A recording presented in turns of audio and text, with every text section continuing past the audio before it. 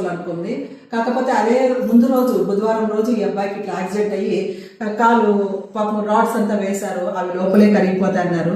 చాలా ఇబ్బంది పడి, ఎందుకంటే ఆర్థికంగా ఉన్న వాళ్ళకి ఏదైనా కొంచెం రోగం వచ్చినా యాక్సిడెంట్ అయినా ఎంతో ఇబ్బంది. అలాంటిది వీళ్ళు ఉండేది కొంచెం గుడిసెలు వేసుకొని చలికి వానకి పిల్లని బాలింత చిన్న పిల్లని చూసుకోవాలి, 2 నెలల పిల్లోడిని చూసుకోవాలి. ఇంతకుముందు అంతా చాలా కష్టపడింది, చాలా ఏడ్చుకుంది. ఎందుకంటే ఎవరికైనా కొడుకు బాగలేదంటే శ్రీమంతం ఎలా చేసుకుంటుంది, ఎందుకు అంటే శ్రీమంతం ముందు రోజు జరిగింది, శ్రీమంతం చేసుకుని చాలా ఏడ్చింది నా దగ్గర వచ్చి, ఇట్లా మేడం పరిస్థితినే.